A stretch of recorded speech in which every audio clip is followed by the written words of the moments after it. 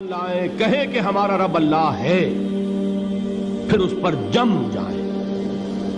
ان پر فرشتوں کا نزول ہوتا ہے، نہ کوئی غم کرو نہ خوف، خوشیاں مناؤ جنت کی جس کا تم سے وعدہ کیا گیا تھا۔ اللہ کی ربوبیت پر اطمینان جب انسان کو ہو جاتا ہے، میرا رب اللہ ہے، ربی اللہ، انسان کے لیے نہ کوئی کھٹکا، نہ کوئی خطرہ، نہ کوئی خوف، نہ کوئی حزن۔ جو کچھ ہو رہا ہے کس کے اذن سے ہو رہا ہے؟ اللہ کے اذن سے۔ اللہ کے اذن کے بغیر پتہ تک نہیں ہلتا۔ یہ کوئی اندھا بہرا مادہ نہیں ہے جس سے مجھے کوئی خوف ہو۔ اندھا بھینسا چلا آ رہا ہو اس سے تو ڈرنے کا ہر انسان کو ڈرنا چاہیے، نہ معلوم کس کو ٹکر مار دے۔ لیکن نہیں، اس کائنات کو چلانے والا ایک سمیع و بصیر خدا ہے، وہ جو میرا دوست ہے، میرا ولی ہے۔ اللہ ولی الذین آمنوا یخرجہم من الظلمات الی النور۔ اللہ اہل ایمان کا ولی ہے، ساتھی ہے، پشت پناہ ہے، مددگار ہے، حمایتی ہے۔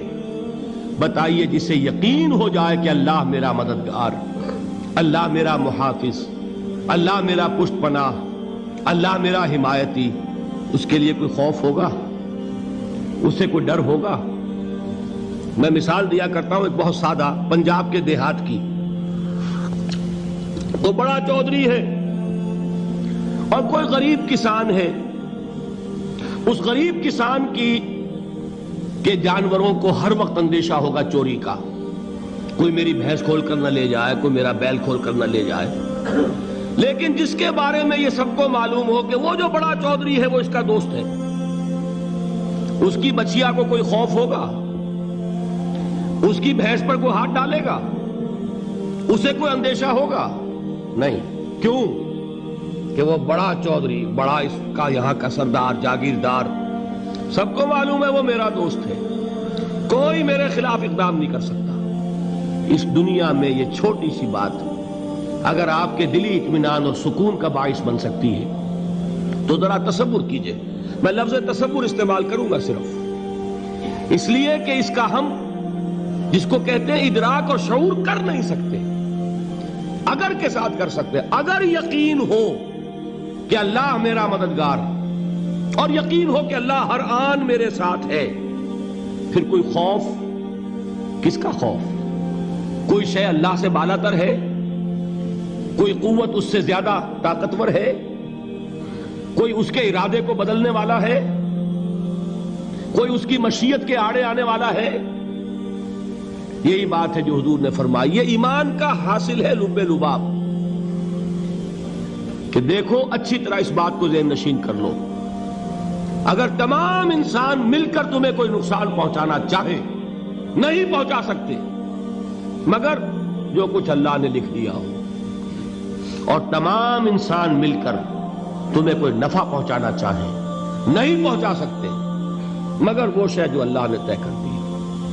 آپ پھر میں کہوں گا ذرا طاری کیجئے، اسے فرض کیجئے، اسے سوچئے۔ اگر اس حدیث پر ہمارا دل ٹھکا ہوا ہو تو کسی سے ڈر ہوگا؟ یہ مجھے نقصان نہ پہنچا دے، یہ میری رپورٹ خراب نہ کر دے، یہ میری انکریمنٹ نہ رکوا دے، یہ میرا یہ نہ بگاڑ دے، یہ میرے یہ نقصان نہ پہنچا دے۔ اس کا ڈر، اس کا ڈر، اس کا خوف، اس کی خوشامد، اس کے لیے جا کر طرح طرح سے اپنی عزت نفس کو ذلیل کروانا اس کے سامنے، یہ سب کچھ کیوں کرتا ہے انسان؟ جب سمجھتا ہے کہ اس کے ہاتھ میں میرا کوئی نفع ہے، اس کے ہاتھ میں میرے لیے کوئی ضرر ہے، یہ مجھے کوئی غضب پہنچا سکتا ہے، یہ مجھے کوئی نقصان پہنچا سکتا ہے، یہ میرا کوئی کام بنا سکتا ہے، یہ میری کوئی ضرورت پوری کر سکتا ہے، اسی کا نام شرک ہے۔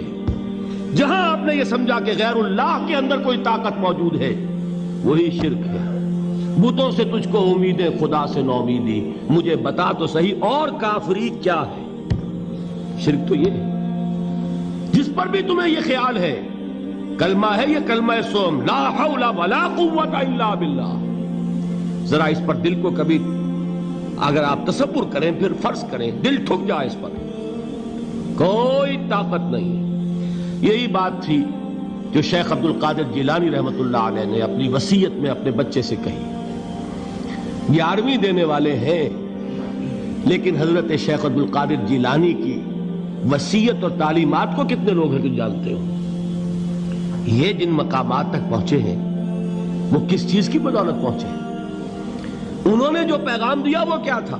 اے میرے بچے، جس طریقے سے قرآن مجید میں حضرت لقمان کی نصیحتیں جو ہے نقل کر دی گئی ہیں، میں یہ عرض کروں گا بالفرض اگر قرآن حضرت عبد القادر جیلانی کے بعد نازل ہوا ہوتا تو شیخ عبد القادر کی یہ نصیحتیں بھی قرآن میں درج ہوتی. اتنی اونچی نصیحتیں ہیں.